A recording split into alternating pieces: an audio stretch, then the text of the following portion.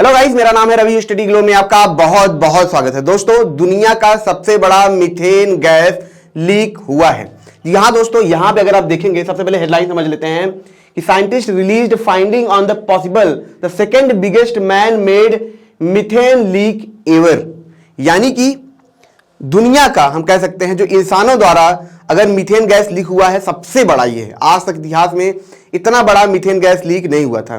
देखिए, man made और artificial दो होते हैं। तो नेचुरली जो निकलता है वो तो हम बात अभी करेंगे, समझाएंगे आपको मीथेन के बारे में। लेकिन यहां पे जो मीथेन लीक हुआ है, ये मानव इतिहास मतलब इंसानों के द्वारा ये सबसे बड़ा मीथेन गैस लीक है। मैं आपको दोस्तों ये बता दूं सिंपल चीज, टेम्परेचर बढ़ने में सबसे बड़ा जो हाथ है वो किसका है? मीथेन गैस का है।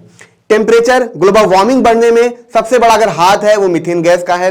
ग्रीन हाउस गैसेस में जो सबसे बड़ा यहां पे अगर स्टेक्स की बात कर सकते हैं तो मीथेन का है। यानी कि मीथेन गैस कार्बन डाइऑक्साइड से भी ज्यादा खतरनाक है, बाकी गैसेस से भी ज्यादा ये खतरनाक है, जिसकी वजह से ग्लोबल वार्मिंग बढ़ता है। अब आप सोचेंगे मीथेन गैस क्या होता है? मीथेन गैस दोस्तों ज्यादातर आप देखेंगे नॉर्मली जो गैसेस आपको मिलते हैं, ठीक है, जो गैसेस ज्यादातर खाना बनाने के लिए इन सब चीजों के लिए यूज किया जाता है, फ्यूल के लिए यूज किया जाता है, उसमें मीथेन गैस का बहुत बड़ा रोल है। और उन्हीं की वजह से ये जो मीथेन गैस होते हैं निकलते रहते हैं। इंडस्ट्रीज में मीथेन गैस का क्या होता है? जो केमिकल होते रिएक्शन होते हैं उनमें मीथेन गैस निकलते हैं।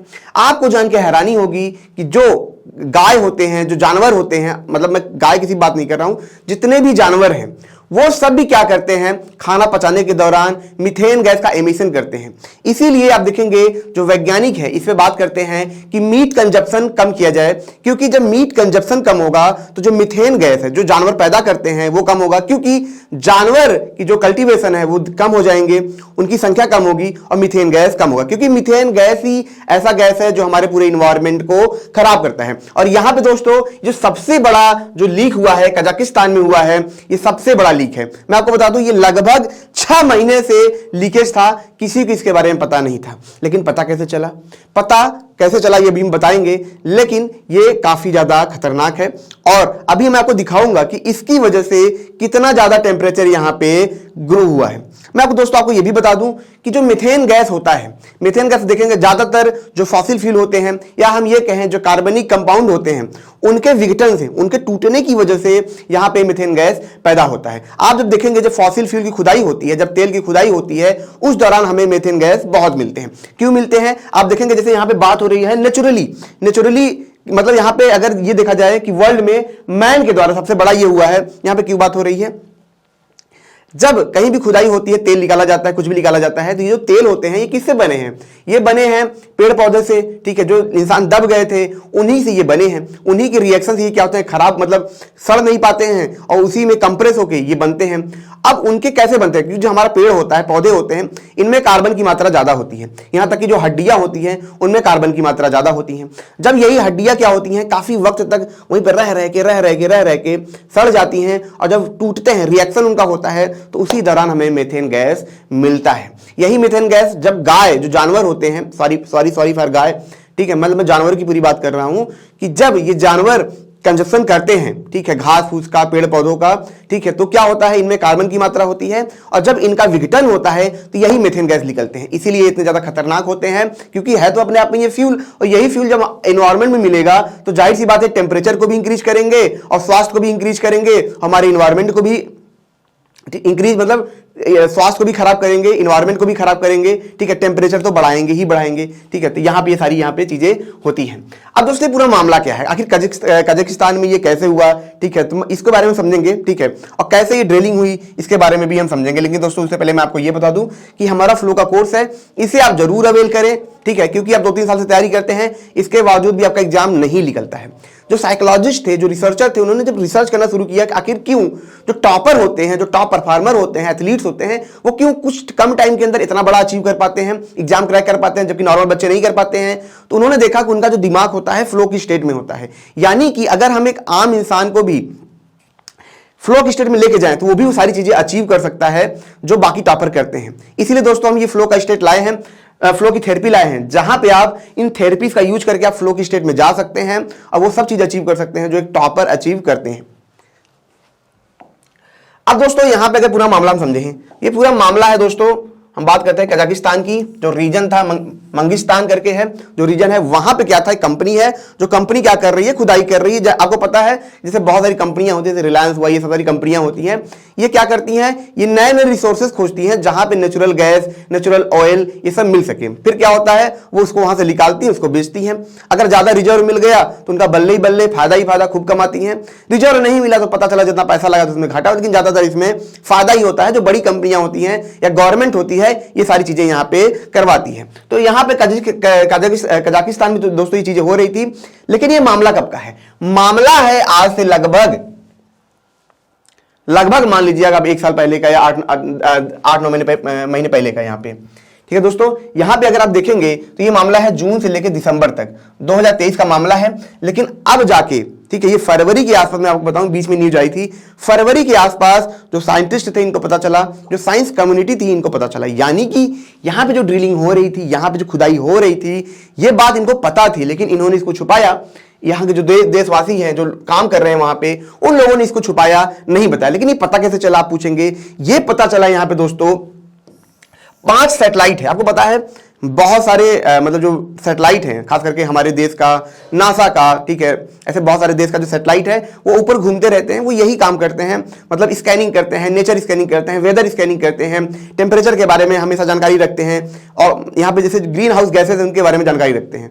तो वो जो सैटेलाइट थे, उन सैटेलाइट ने क्या किया, इसको कवर किया, और कवर किया तब जाकर उन्हें पता चला कि अरे बाप रे, ये तो इतना ज्यादा गैस है, जितना गैस अभी तक इमिट हो रहा था उसका 115 टाइम्स ये गैस यहाँ पे इमिट हुआ है। इसी वजह से यहाँ पे बवाल मचा। और जब बवाल मचा तो यहाँ पे अगर आप देखेंगे दोस्तों कि बहुत सारे लोगों का यहाँ पे अपना स्टेटमेंट आया। ठीक है, यहाँ पे अगर हम बात करें वर्ल्ड बिगेस्ट मेथेन ऑब्जर्वेटरी की, अगर हम बात करें तो यहाँ पे उन्होंने ये बोला कि ये मानव इतिहास का अब तक का सबसे एक्सट्रीमली लीकेज है।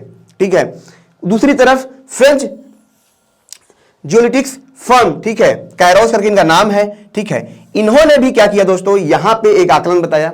आकलन जान के आप हैरान होंगे, उन्होंने बताया कि यहां पे लगभग 10 लाख लगभग 71 लाख के आसपास जो कारें हैं यहां पे, जितना वो पैदा करती हैं, ठीक है, मतलब गैस 1 साल के अंदर उतना, ठीक है, ये अकेले ये कर रहा है यहां पे।